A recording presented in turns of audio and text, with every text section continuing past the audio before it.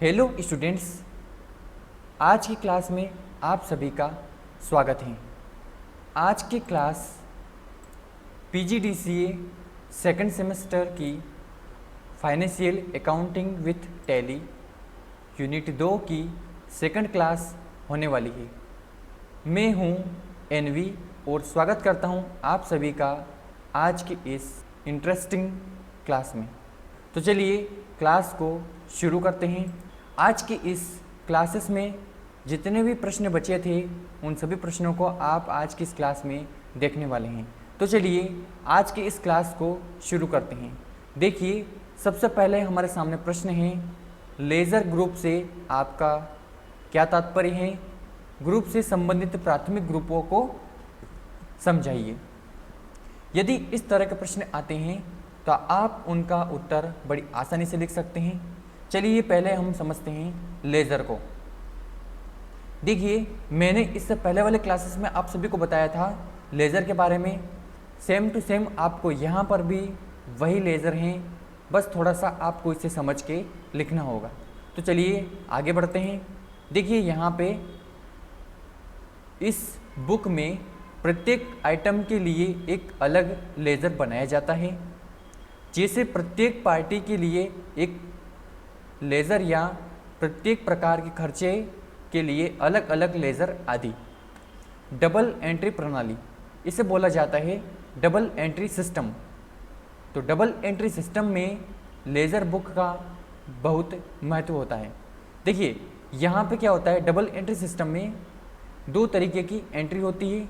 एक खाते से रकम घटाई जाती है तथा दूसरे खाते में रकम जोड़ी जाती है। इस बुक के द्वारा फाइनल अकाउंट बनाए जाते हैं। लेज़र में सभी तरह के अकाउंट खुले हुए होने के कारण प्रत्येक अकाउंट के बारे में विस्तृत जानकारी आसानी से प्राप्त की जा सकती है। देखिए, जब लेज़र बनाते हैं आप किसी भी तरह का, तो उससे आप किसी भी खाते की विस्तृत जानकारी ले सकते हैं।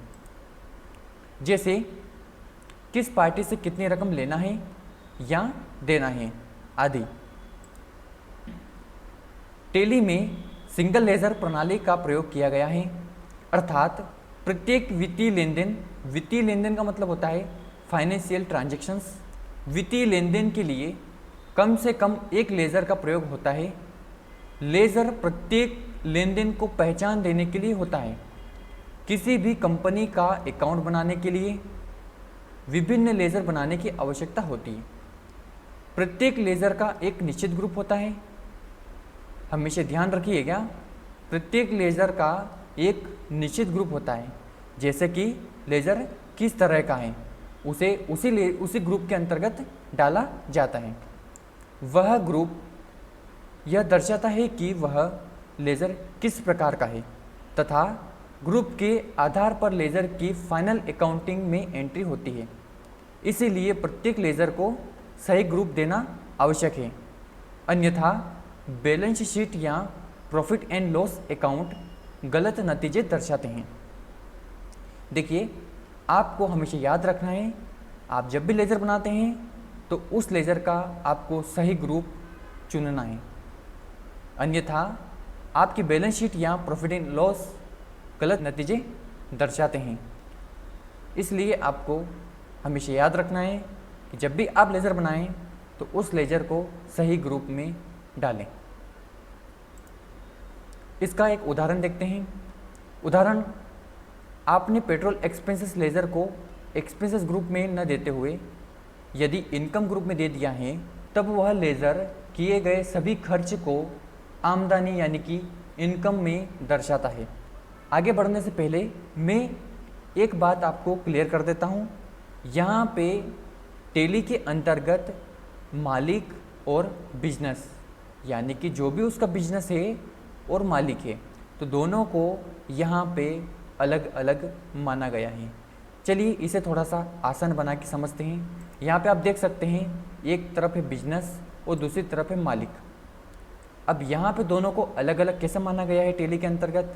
देखिए, यहाँ पे मालिक द्वारा जो पूंजी लगाई जाती है वह पूंजी बिजनेस के लिए एक तरह से कैपिटल है, और कैपिटल जो रहता है वह आता है लाइबिलिटीज़ के अंतर्गत, यानी कि आपकी कंपनी के ऊपर एक तरह का कर्ज है। तो आपकी कंपनी के ऊपर जो भी कर्ज है वो मालिक का है, यानी कि आपकी जो बिजनेस है वो अलग है और आपका जो मालिक है वह अलग है। तो मालिक द्वारा जो भी पूंजी लगाई जाएगी आपके बिजनेस में, वह आपके बिजनेस के लिए एक तरह का ऋण है, यानी कि एक तरह का कर्ज है। इस तरह से आप समझ सकते हैं कि बिजनेस एवं मालिक दोनों को अलग अलग माना गया है बिजनेस के अंतर्गत। तो चलिए आगे बढ़ते हैं। यहाँ पे आप देख सकते हैं निम्न प्रकार के प्राइमरी ग्रुप हैं। इन ग्रुप का प्रयोग बैलेंस शीट में होता है। देखिए सबसे पहला ग्रुप है, यहाँ पे आप देख सकते हैं अकाउंट पेबल, वह व्यक्ति या पार्टी जिसे कंपनी को भुगतान करना है। देखिए यहाँ पे क्या हो रहा है, कंपनी को भुगतान करना है, तो उनसे संबंधित जो भी लेजर बनेंगे वह सभी लेजर्स आपके अकाउंट पेबल्स के अंतर्गत आएंगे। नेक्स्ट है यहाँ पे अकाउंट रिसीवेबल, वह व्यक्ति या पार्टी जिससे कंपनी को नकद प्राप्त करना है, यानी कि किया नहीं है, नकद प्राप्त करना है। तो ऐसे संबंधित जो भी लेजर बनेंगे वह सभी लेजर अकाउंट रिसीवेबल के अंतर्गत आएंगे। एक्सपेंसेस इनडायरेक्ट, जो साधारण कंपनी के खर्च होते हैं, जैसे सैलरी अकाउंट या फिर रेंट अकाउंट आदि। जो साधारण एक्सपेंसेस हैं वह सभी इनडायरेक्ट से संबंधित होते हैं। देखिए यहाँ पे आप थोड़ा सा समझिए, बैंक अकाउंट वह सभी बैंक यानी कि बैंक के सभी खाते, वह सभी बैंक के खाते जिसमें हमारी कंपनी की पूंजी है, इसमें वह खाते नहीं आते हैं जिससे कंपनी ने कोई कर्ज लिया हो। यानी कि जितने भी बैंकों के खाते रहेंगे, तो बैंकों से संबंधित जितने भी खाते रहेंगे वह सभी खाते आपके बैंक अकाउंट के ग्रुप के अंतर्गत आएंगे। बैंक ओसीसी और ओडी है ना, तो वह बैंक के खाते जिसमें कंपनी ने किसी प्रकार की क्रेडिट लिमिट ली है। यह क्रेडिट लिमिट एक प्रकार का लोन होता है, लेकिन कम अवधि के लिए होता है। देखिए कंपनी यदि किसी भी तरह की बैंक से ओडी प्राप्त करती है, तो उस ओडी से संबंधित जो भी लेजर बनता है वह ledger bank OCC and OD के ग्रुप में आता है। ब्रांच डिविजन्स, इसका मतलब होता है यदि कंपनी की कुछ शाखाएं हैं, यानी कि कंपनी की कुछ ब्रांचें हैं या कंपनी की कुछ और व्यावसायिक गतिविधियां हैं जो इस कंपनी के अधीन चलती है। अधीन का मतलब होता है इस कंपनी पर आश्रित होकर चलती है।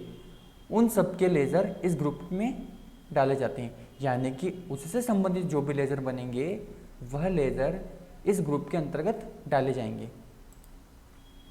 कैपिटल अकाउंट, जब व्यापार प्रारंभ करते हैं तब मालिक व्यापार में कुछ पैसा डालते हैं, उस प्रकार के लेजर इस ग्रुप में आते हैं। देखिए इसे आप इस तरह से समझ सकते हैं कि जब भी बिजनेस स्टार्ट होता है तो बिजनेस स्टार्टिंग के वक्त जब मालिक व्यापार में पैसा लाता है तो वह पैसा व्यापार का कैपिटल अकाउंट के अंतर्गत आता है। तो यहाँ पे जो भी लेजर बनता है वह कैपिटल अकाउंट ग्रुप के अंतर्गत आएगा। कैश अकाउंट, सभी नकद के लेजर इस ग्रुप में डाले जाते हैं। यदि बड़ी कंपनी है तब एक से अधिक कैश अकाउंट हो सकते हैं। वैसे टेली स्वयं ही एक कैश अकाउंट खोल देता है। देखिए यहाँ पे इसे समझ सकते हैं आप, जितने भी कैश अकाउंट से संबंधित खाते बनेंगे यानी कि लेजर बनेंगे वह सभी कैश इन हैंड यानी कि कैश अकाउंट के अंतर्गत आएंगे। वैसे भी टेली ने हमें दो लेजर पहले से बना के दे रखे हैं। पहला लेजर होता है कैश इन हैंड का यानी कि कैश अकाउंट, और दूसरा होता है प्रॉफिट एंड लॉस का। आप याद रखिएगा टेली ने हमें पहले से दो लेजर बना के दे रखे हैं। पहला लेजर है इसमें कैश अकाउंट का और दूसरा लेजर है इसमें प्रॉफिट एंड लॉस अकाउंट का। चलिए आगे बढ़ते हैं। Fixed assets, fixed assets company की जो संपत्तियां लंबी अवधि के लिए रखी जाती है उन्हें इस ग्रुप में रखा जाता है।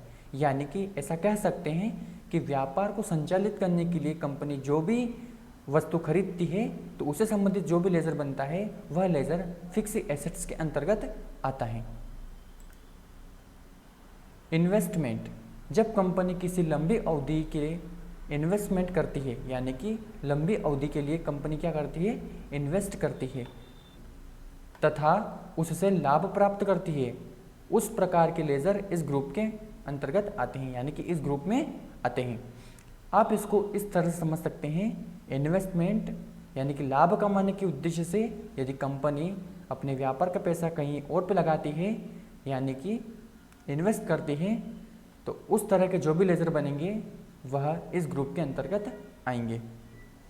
करंट एसेट्स, इस प्रकार के ग्रुप में वह सभी लेजर आते हैं जिन्हें हम खरीदी कहते हैं, लेकिन वह स्टॉक में नहीं रहता है अपितु वह व्यापार के काम में आते हैं। देखिए यहाँ पे आप समझ लीजिएगा, करंट एसेट है, ये करंट एसेट का मतलब होता है वर्तमान संपत्ति, यानी कि जितनी भी आपकी वर्तमान संपत्तियाँ रहेगी उनसे संबंधित जितने भी लेजर बनेंगे वह सभी लेजर्स करंट एसेट्स के अंतर्गत आएंगे। लेकिन ये जो करंट एसेट्स हैं यह एक मेन ग्रुप होता है, यानी कि आप इसके अंतर्गत 6 सब ग्रुप्स देखते हैं। तो चलिए आगे बढ़ते हैं। करंट लायबिलिटीज, इस ग्रुप में वह लेजर आते हैं जिनका हमें भुगतान करना है, जैसे हाथ उधार आदि, यानी कि आप इसे इस तरह से समझ सकते हैं, करंट लायबिलिटीज आपका एक तरह का ऋण होता है, यानी कि वर्तमान ऋण, और वर्तमान ऋण से संबंधित जितने भी लेजर बनेंगे आपके वह सभी करंट लायबिलिटीज ग्रुप के अंतर्गत आएंगे। डायरेक्ट एक्सपेंसेस, जो खर्च व्यापार या उत्पाद से सीधे जुड़े हुए होते हैं उन्हें इस ग्रुप में डाला जाता है। जैसे कि इसमें आप इस तरह से कह सकते हैं, किसी वस्तु को बेचने योग्य बनाने के लिए आप उस वस्तु के ऊपर खर्च करते हैं, तो वह भी एक तरह का डायरेक्ट एक्सपेंसेस होता है। डायरेक्ट इनकम, जब कंपनी कोई सर्विस देती है तथा उसके बदले में आमदनी प्राप्त करती है, यानी कि आमदनी उसे होती है, उस प्रकार के लेजर इस ग्रुप में आते हैं। इस तरह से होती है डायरेक्ट इनकम। आप इसे एक तरह से और समझ सकते हैं, जैसे कि मान लीजिए आपका बिजनेस कपड़े का है और आपने आपकी दुकान का पुराना फर्नीचर बेचा, तो उस फर्नीचर से होने वाली जो इनकम रहेगी आपकी वह रहेगी direct income. Duties and taxes, सभी प्रकार के टैक्स जैसे VAT, GST, सेल टैक्स आदि इस ग्रुप के अंतर्गत आते हैं। इससे हमें सरकार को कितना टैक्स देना है यह देखने में आसानी होती है। एक्सपेंसेस इनडायरेक्ट, ऐसे खर्च जो कंपनी के व्यापार या उत्पाद से सीधे संबंधित नहीं होते हैं, उन्हें इस ग्रुप में रखा जाता है। डिपॉजिट्स एसेट, जब कंपनी की कोई पूंजी जमा है तथा वह पूंजी किसी निश्चित अवधि या शर्तों पर वापस मिलती है। कुछ डिपॉजिट ब्याज जोड़कर मिलती है, जैसे बैंक में फिक्स डिपॉजिट किया है, तथा कुछ डिपॉजिट बढ़ती नहीं है, जैसे किराए के लिए दिया गया डिपॉजिट आदि। देखिए यहाँ पे आप कुछ भी डिपॉजिट्स करते हैं तो वह आपको रिटर्न मिलता है, यानी कि ब्याज सहित मिलता है। आप इसको इस तरह से भी समझ सकते हैं कि लाभ कमाने के उद्देश्य से आपकी कंपनी कहीं पर डिपॉजिट करती है और आपकी कंपनी को पहले से पता होता है कि आने वाले समय में आपको कितना लाभ होगा और कितने समय के बाद होगा।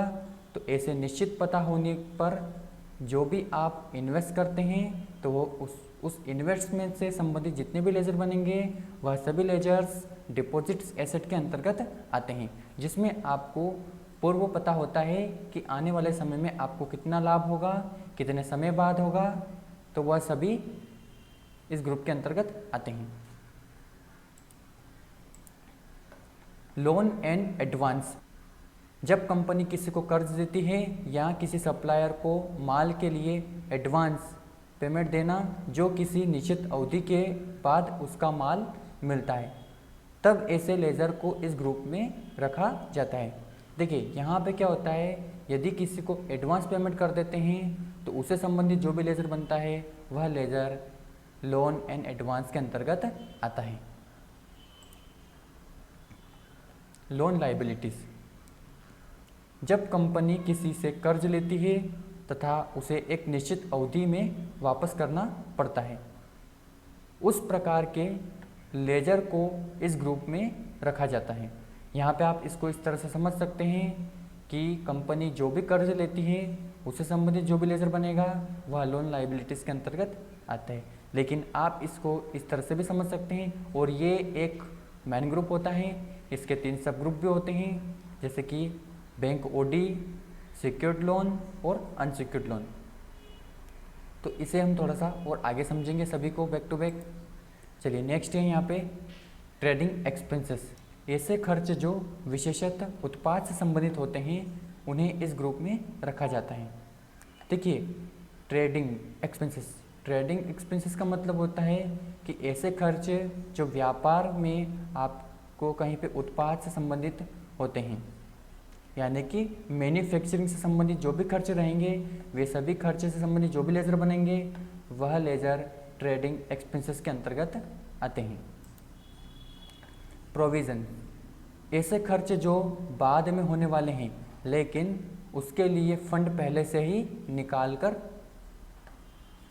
ऐसे खर्च जो बाद में होने वाले हैं लेकिन उसके लिए फंड पहले से ही अलग निकाल कर रखना होता है, ऐसे लेजर को इस ग्रुप में डाला जाता है। जैसे टैक्स के लिए पहले से ही प्रावधान किया जाता है। देखिए आप इसको इस तरह से भी समझ सकते हैं, प्रोविज़न यानी कि पहले से आप किसी भी तरह का खर्च निकाल सकते हैं। यदि किसी को आपको पैसे देना है तो वह पैसे आप इसी महीने में जोड़कर उसका हिसाब निकाल सकते हैं। नेक्स्ट है यहाँ पे परचेस अकाउंट। सामान खरीदी के लिए एवं खरीदा गया माल किसी कारणवश वापस करना, तो इससे संबंधित लेजर को इस ग्रुप में रखा जाता है। देखिए जितना भी आप माल खरीदेंगे तो उस माल से संबंधित जितने भी लेजर बनेंगे वह सभी लेजर्स आपके परचेस अकाउंट के अंतर्गत आएंगे। लेकिन एक बात आपको यहाँ पे याद रखना है कि जो भी आपका बिजनेस है उससे संबंधित आप जो भी माल खरीदेंगे यानी कि वह आपका परचेस अकाउंट के अंतर्गत आएगा। रिजर्व एंड सरप्लस, पिछले वित्तीय वर्ष की आमदनी का कुछ हिस्सा कंपनी अलग से रखती है जो किसी विशेष स्थितियों में ही प्रयोग किया जाता है। तो जो भी उससे संबंधित लेजर बनते हैं वह सभी लेजर्स रिजर्व एंड सरप्लस के अंतर्गत आते हैं। सेल्स अकाउंट, सामान की बिक्री के लिए इस ग्रुप का प्रयोग होता है। यदि एक से अधिक माल की बिक्री हो रही है तब एक से अधिक सेल्स अकाउंट बना सकते हैं। देखिए यहाँ पे इसको इस तरह समझ सकते हैं कि जितना भी आप माल बेचते हैं तो उस माल से संबंधित जितने भी लेजर बनेंगे वह सभी लेजर्स आपके सेल्स अकाउंट के अंतर्गत आएंगे। नेक्स्ट आगे बढ़ते हैं। सिक्योर्ड लोन, ऐसे कर्ज जो मध्यम या लंबी अवधि के लिए लिए जाते हैं तथा उस कर्ज के लिए कुछ गिरवी रखा जाता है, इस तरह के लेजर को इस ग्रुप के अंतर्गत रखा जाता है। देखिए यहाँ पे आप ऐसे कर्ज लेते हैं जो सिक्योर्ड रहता है। सिक्योर्ड का मतलब होता है कि गारंटी वाले। सिक्योर्ड लोन के इस ग्रुप को इस तरह से समझा जा सकता है, आपने अपनी कार के कागजात गिरवी रख कर लोन लिया हो, तो इस तरह के जो भी लेजर बनेंगे वह सभी लेजर सिक्योर्ड लोन के अंतर्गत आएंगे। सन्ड्री क्रेडिटर, कंपनी जिस व्यक्ति या संस्था से माल खरीदती है तथा उसको भुगतान करती है, ऐसे लेजर को इस ग्रुप में रखा जाता है। देखिए जितने भी हमारे सप्लायर रहेंगे उनसे संबंधित जितने भी लेजर बनेंगे वह सभी लेजर्स इस ग्रुप के अंतर्गत आएंगे। यहाँ होता है नेक्स्ट सन्ड्री डेब्टर्स, इस ग्रुप को ग्राहक के लिए प्रयोग में लिया जाता है। जिस व्यक्ति या संस्था को कंपनी माल नगद या उधार बेचती है तथा जिनसे कंपनी को क्या होता है, रुपए की प्राप्ति होती है, यानी कि रुपए प्राप्त होनी है। तो उससे संबंधित जो भी लेजर बनेंगे वह सभी लेजर्स आपके सन्डी डेप्टर्स के अंतर्गत आएंगे। कस्टमर के जो भी लेजर बनेंगे वह इस ग्रुप में आएंगे। सस्पेंस अकाउंट, कभी कभी ऐसा होता है कि ट्रायल बैलेंस बनाते समय कुछ एंट्री की सही जानकारी नहीं मिल पाती है, तो ऐसी एंट्री का अकाउंट बनाकर इस ग्रुप में डाला जाता है। सस्पेंस अकाउंट, देखिए यहाँ पे आप इस ग्रुप को इस तरह से समझ सकते हैं कि ऐसी कोई सी वस्तु है जिस वस्तु के बारे में हमें पता नहीं चल रहा है कि ये वस्तु कहाँ से आई और कहाँ चली गई, तो उस वस्तु के नाम से जो भी लेजर बनेगा वह लेजर बनाकर आप उसे इस ग्रुप के अंतर्गत रख सकते हैं। यानी कि हो सकता है कि यदि आपके बिजनेस में ऐसा हो कि आपको पता न चले कि कहाँ से पेमेंट आया और कहाँ चला गया, तो ऐसे पेमेंट की एंट्री भी सस्पेंस अकाउंट के अंतर्गत की जाती है। यानी कि साल के अंत में आप इसे खर्च मानकर फाइनल अकाउंट में इसकी एंट्री कर सकते हैं। अब आप यहाँ पे देख सकते हैं कि जितने मैंने आपको यहाँ पे ग्रुप बताए हैं वह सभी ग्रुप्स आपको टैली में इस तरह से दिखाई देते हैं। तो चलिए अब हम आगे बढ़ते हैं। देखिए, अभी मैंने आपको ग्रुप्स के बारे में बताया और आप इसे बहुत अच्छे से एग्ज़ाम में लिख पाओगे।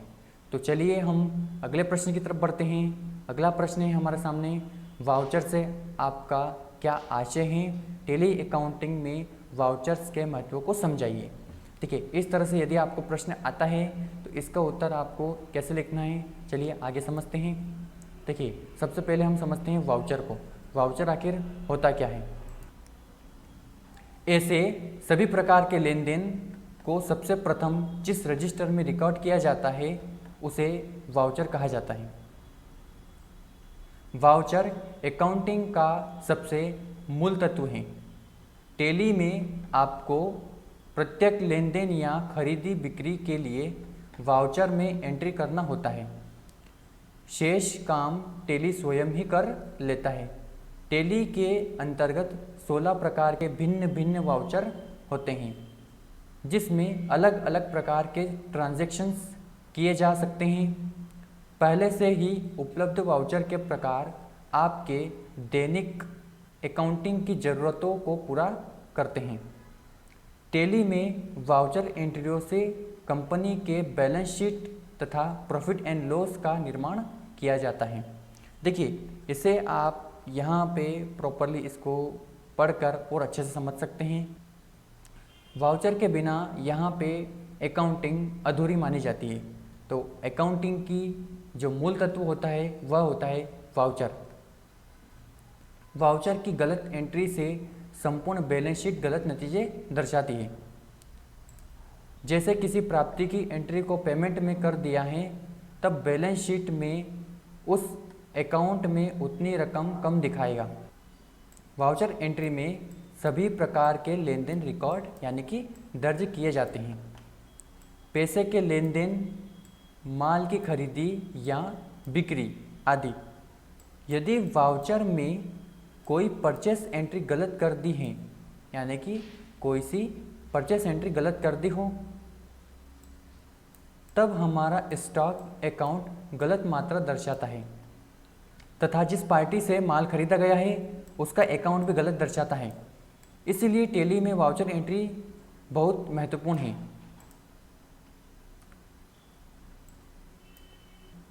टैली में वाउचर एंट्री करते समय बहुत से विकल्प उपलब्ध रहते हैं, जिसमें ऐच्छिक जानकारी डाली जा सकती है। उस जानकारियों को भविष्य में देखा जा सकता है। सभी प्रकार के रिपोर्ट आदि वाउचर के आधार पर ही बनाए जाते हैं। टैली में वाउचर एंट्री करते समय ही इनवॉइस या बिल का निर्माण कर सकते हैं। किसी परचेस या सेल वाउचर में विभिन्न टैक्स की एंट्री की जा सकती है। टैक्स की गणना वाउचर में स्वयं ही हो जाती है।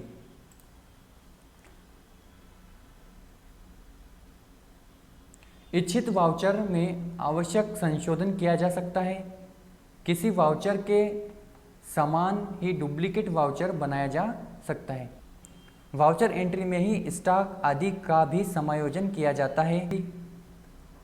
स्टॉक खरीदी, निर्माण आदि के लिए अलग अलग वाउचर का प्रयोग किया जाता है। प्रत्येक वाउचर में उसके अनुसार घटक प्रदर्शित होते हैं। अब घटक प्रदर्शित कैसे होते हैं? मान लीजिए आप किसी पार्टी से माल खरीद रहे हैं, तो उस पार्टी का जितने भी लेजर आप बनाते हैं, जैसे डेबिटर्स हुआ, है ना, क्रेडिटर्स हुआ, तो उससे संबंधित वहाँ पे क्या होता है, उसके घटक प्रदर्शित हो जाते हैं। अपन आगे प्रैक्टिकली समझेंगे इस चीज़ को। अभी आप यहाँ पर थोड़ा सा इसे थ्योरी समझ लीजिए इसका।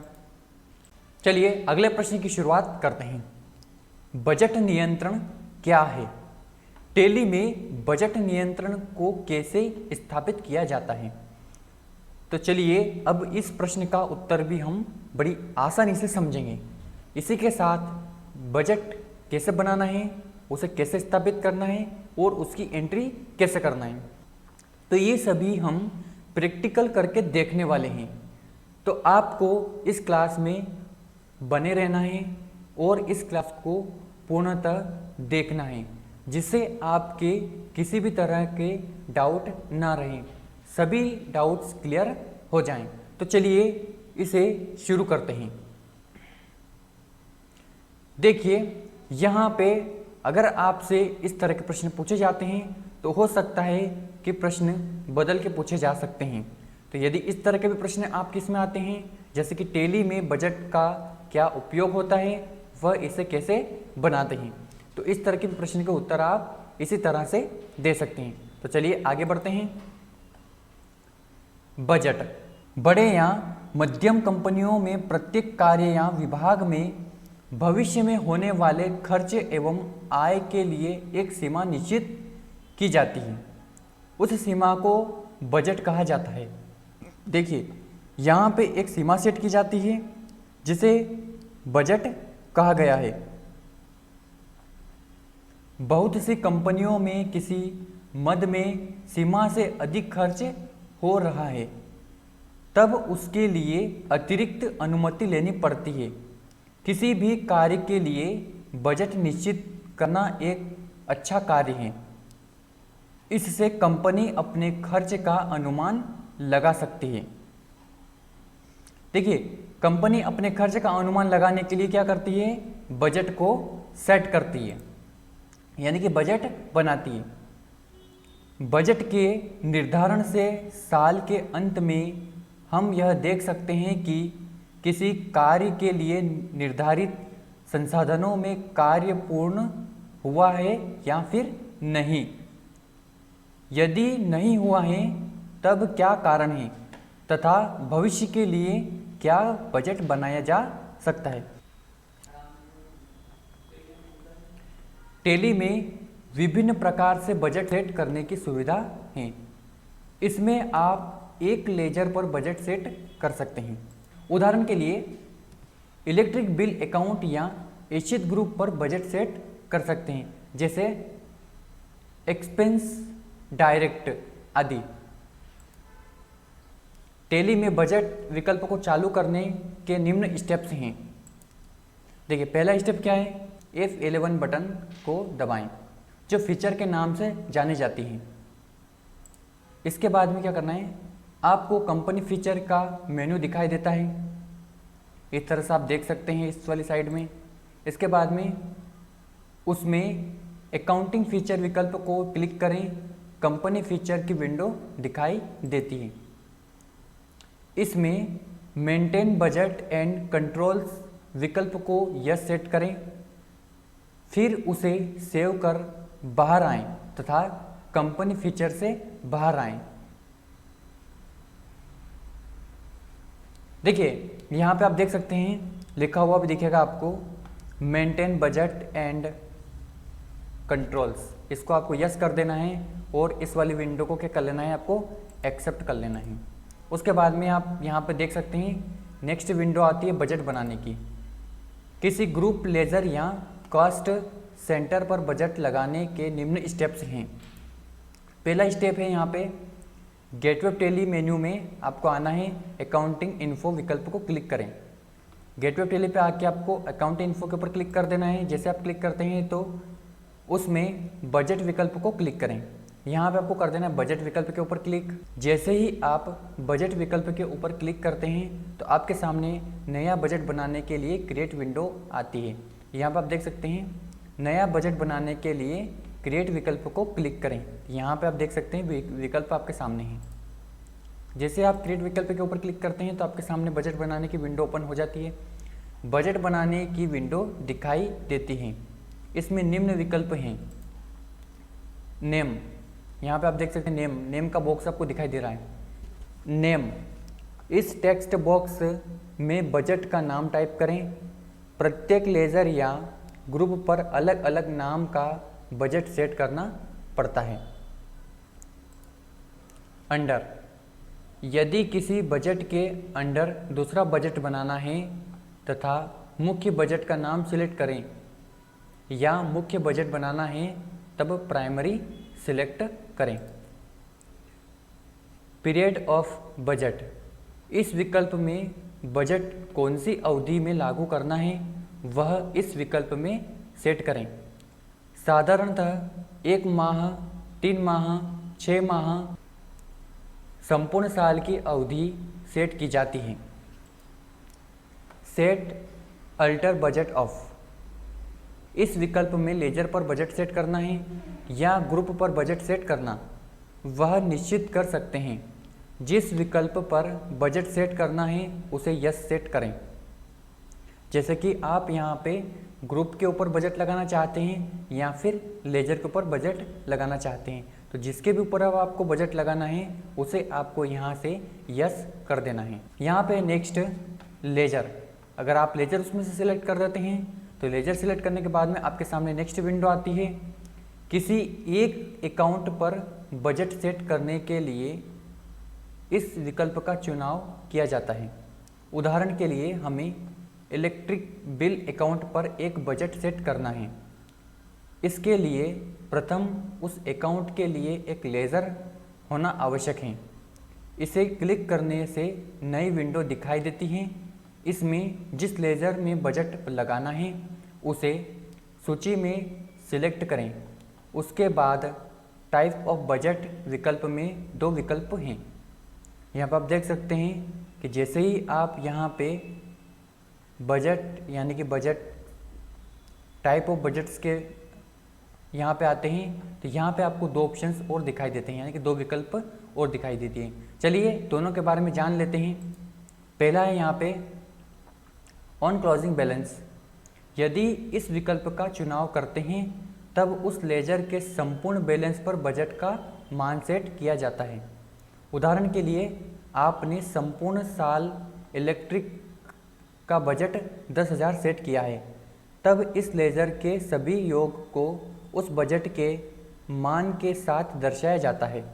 यदि इस लेजर में सभी एंट्रियां 12,000 की होती हैं तब बजट से 20% अधिक दर्शाया जाता है। ऑन नेट ट्रांजैक्शंस, यदि इस विकल्प का चुनाव करते हैं तब उस लेजर के प्रत्येक एंट्री पर बजट का मान जांचा जाता है। उदाहरण के लिए यदि इलेक्ट्रिक बिल की प्रत्येक एंट्री 1,000 सेट यानी कि 1,000 रुपये सेट करना है।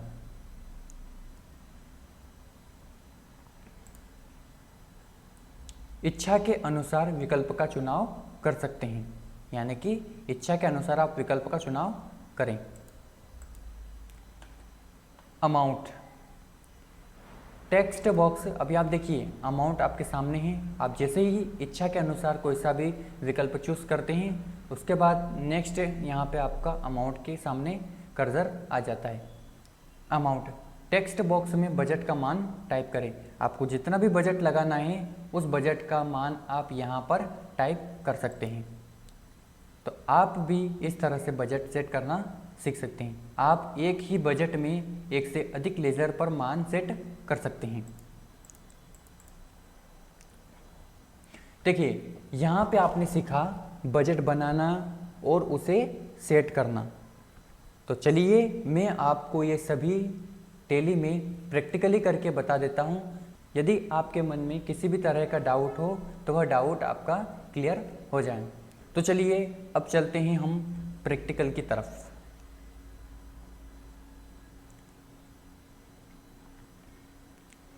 और आप सभी से मेरी एक रिक्वेस्ट भी है कि आप हमारे इस चैनल को सब्सक्राइब अवश्य कर लीजिए।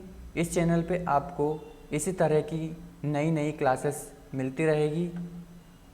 देखिए यहाँ पे मैंने टैली को ओपन कर लिया है। देखिए यहाँ पर हम टैली की मुख्य विंडो पर आ चुके हैं। तो यहाँ पे हम हमारी कंपनी को सिलेक्ट कर लेते हैं। कंपनी सिलेक्ट करने के बाद में हम चलते हैं आगे।